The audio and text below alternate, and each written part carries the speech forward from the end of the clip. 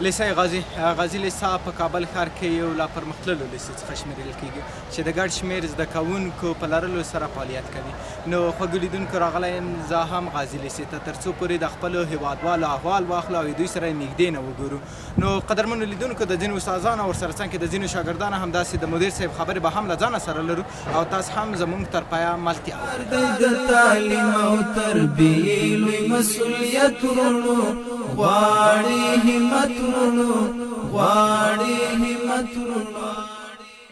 دا غازي علي لیسه چې د ګڼ شمېر زده کوونکو په لرلو سره په کابل ښار په درېیمه تعلیمي حوزه کې فعالیت کوي. همدارنګه د یادې لیسې د امیر په خبره چې موږ غواړو ټولنې ته داسې ځوانان تقدیم کړو چې ټولنې ته د خدمت مصدر وګرځي. همدارنګه له امارت اسلامي نه غواړي چې موږ سره د معلمانو د کمبود په برخه کې مرسته وکړي. بعضی مضامین چې د مونږ استادان نشته کمبود چې 11 مضامین د مونږ کمبود ده. استادان مونږ ته تر اوسه نه دي راغلي ولی د مونږ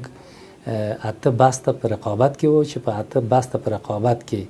3 کسه مونږ ته معرفي شو استادان او 15 کسه تر اوسه معرفي شوي نه دي او په ضمن کې اوس 6 کسه نور د مونږ استادان وظیفې پرېښوده او دغه رشتې هم کمبود دي. غوښتنه د مونږ دا ده چې دغه د مونږ لابراتوارونه او کتابخانه او دغه کمبود د معلمین چې د مونږ دي دغه عاجل توګه مونږ ته تکلیف غواړي تلوېدلی مو خورا لوی امانت ورونو غواړي همت ورونو غواړي همت ورونو. دا چې موږ هڅه کوو چې د خپلو زده کوونکو لپاره داسې درسي ماحول برابر کړو چې څو زموږ زده کوونکو په ښه توګه زده کړې وکړي. دا نوموړي لیسې د ښوونکو په خبره موږ د زده کوونکو له کورنیو سره تل په اړیکه کې وو. اگر طور ادعا کنیم که 100% بالا هستن هم یک گپ مبالغه آمیز است و اگر بگوییم سطح پایان است که خوشبختانه رد میکنم. شاگردای ما در حد متوسط خود هستند و دلایل هم داره که چرا در سطح بالا نیستن که شرایطی که در چند سال ما و شما مسئله کرونا داشتیم و رخصتی های مکتبا و وقفه که شاگردان نبوده و این مسائل که حتما تاثیر میکنه. اما ما امیدوار هستیم و تلاش میکنیم که با یک دلسوزی و تلاش متقابل با شاگردا بتانیم که تا آخر سال حداقل نتایج قناعت بخش را به دست بیاریم. مسئله ارتباط والدین خوب است. ما وقت و ناوقت اولیای شاگردا را یا ما میخوایم در اداره مکتب حاضر شوند یا خوشبختانه اونا خودشان به خاطر اولاد خود میان که واقعا یک پروسه بسیار عالی است که در تعلیم و تربیه و به خصوص به اخلاق و آینده شاگرد ما بیاد موثر است. و ما از دیگر خانواده هم تقاضا میکنم در صورت یافتن فرصت حداقل 2 هفته بعد یا 1 ماه یک مرتبه از شاگرد خود خبر اگر بگیرن هم اداره هم میتونه مشکلات خود به آسانی حل کنه و هم خود خانواده میتونه که در قبال شاگرد و فرزند خود مشکلات خود حل کنه. متد تدریس متدهای متفاوتی امروزه استفاده میشه که یک معلم باید تلاش کنه که متد جدید و بروز شده را به شاگرد انتقال بده که همون موضوعاتی که در پلان درسی خود میگنجانه اینا را باید به صورت منظم و صورت مسلسل و نوبتی در صنف تطبیق کنه تا شاگرد مطابق به برنامه و پلان عیار شده یک معلم خود را عیار بسازه و پیشرفت کنه. دیگر در عصر امروزی بهترین متد خصوصا در بخش مضمون کیمیا متد کار عملی است. متد تمرین و تکرار هست. به همین شکل متد شاگرد محوری است. همانطوری که آگاهی دارم معلمین عزیز بهترین متدی که فعلا مؤثر هست متد شاگرد محوری است. البته که شاگرد باید مرکز کار باشه و نقش استاد فقط استاد یک نقش راهنما را داره در کل. کار د تعلیم او تربیې لوی مسؤلیت ورونو غواړي. که هر زده کوونکی په خپل وخت ښوونځي ته حاضر شي نو هیره دې نه وي چې هر ښوونکی به له خپلو زده کوونکو په پوره توګه خوښ وي. همدارنګه د یاد لیسې زده کوونکو په خپلو خبرو کې راته ویل چې موږ د خپلو ښوونکو څخه زیات خوښ یو او موږ ته په ښه ډول زده کړې راکوي. موږ د چهارنیمه امتحانونه ډېر رانږدې دي. موږ استادانو نه ډېر خوشحاله استادان موږ ته ډېر کوشش او زحمت باسي او ډېر په دلسوزي موږ ته درس راکوي او اسلامي امارات نه موږ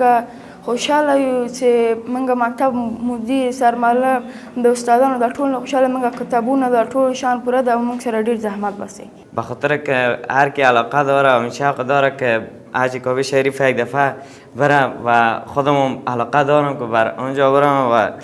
آینده بخیر بسیار به شکل خوبش پیش میره و ما از این درس‌ها خصوصا راضی هستم. معلم ما سر ما بسیار زیاد زحمت میکشه و ما را خوب کوشش میکنه که برسانه و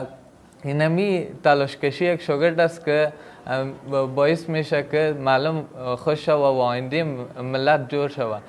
درسای ما خیلی راضی هستیم، استادای ما خیلی بالای ما کوشش میکنه و امتحانات 4 نیمه نزدیک است. برزو هم شاگردا تنها من بلکه تمام شاگردا خیلی آمادگی گرفته به خاطر درسای 4 نیمه و خیلی خوش هستیم از امارات اسلامی که فرصت درس برای ما فراهم کرد. لشکریو د پوهنې موږ تیارې رڼا کوو وطن رڼا کوو وطن رڼا کوو لشکریو د پوهنې موږ تیارې رڼا کوو وطن رڼا کوو وطن رڼا کوو ډېوې د علم پوهې په تیارو کې لاګو وطن رڼا کوو وطن رڼا کوو ډېوې د علم پوهې په تیارو کې لاګو وطن رڼا کوو وطن رڼا کوو خواري او فلاکت وطن لرې غواړو وطن لرې غواړو خواري او فلاکت وطن لرې غواړو وطن لرې غواړو تیارې او جهالت وطن لرې غواړو وطن لرې غواړو تیارې او جهالت وطن لرې غواړو وطن لرې غواړو ډېوې د علم پوهې په تیارو کې لاګو وطن رڼا کوو وطن رڼا کوو ډېوې د علم پوهې په تیارو کې لاګو وطن رڼا کوو وطن رڼا کوو لشکریو د پوهنې موږ تیارې رڼا کوو وطن رڼا کوو وطن رڼا کوو لشکریو د پوهنې موږ تیارې رڼا کوو وطن رڼا کوو وطن رڼا کوو ډېوې د علم پوهې په تیارو کې لاګو وطن رڼا کوو وطن رڼا کوو ډېوې د علم پوهې په تیارو کې لاګو وطن رڼا کوو وطن رڼا کوو د علم په رڼا کې ژوندون تېرول غواړو ژوندون تېرول غواړو د علم په رڼا کې ژوندون تېرول غواړو ژوندون تېرول غواړو د سولې په فضا کې ژوندون تېرول غواړو ژوندون تېرول غواړو د سولې په فضا کې ژوندون تېرول غواړو ژوندون تېرول غواړو قانون د پاک قرآن په خپل وطن کې چالو وطن رڼا کوو وطن رڼا کوو قانون د پاک قرآن په خپل وطن کې چالو وطن رڼا کوو وطن رڼا کوو لشکریو د پوهنې موږ تیارې رڼا کوو وطن رڼا کوو وطن رڼا کوو لشکریو د پوهنې موږ تیارې رڼا کوو وطن رڼا کوو وطن رڼا کوو ډېوې د علم پوهې په تیارو کې لاګو وطن رڼا کوو وطن رڼا کوو وطن رڼا کوو وطن رڼا کوو وطن رڼا کوو وطن رڼا کوو غازي لیسه د کابل ښار یو له پرمختللو لیسو څخه شمیرل کیږي چې تل یې د خپلو هیوادوالو لپاره د خدمت مټې رانغښتې دي او تل هڅه کوي چې څو خپل هیواد د علم په ګلونو باندې سمبال کړي. غواړي همت غاړي تل ویدلې مو خورا لوی امانت رونو غواړي همت رونو غواړي همت رونو غازي لیسه خوږو لیدونکو زیات څه یې ورته کړی و، زیات خدمت یې ورته راکړی و. جناب مدیر صاحب همداسې قدرمنو لیدونکو که تاسې په خپله په تصویر کې ولیدل چې شاګردان یې ډېر پرمختللي شاګردان وو. همداسې د یو شاګرد څخه نړۍ مننه هم کوم.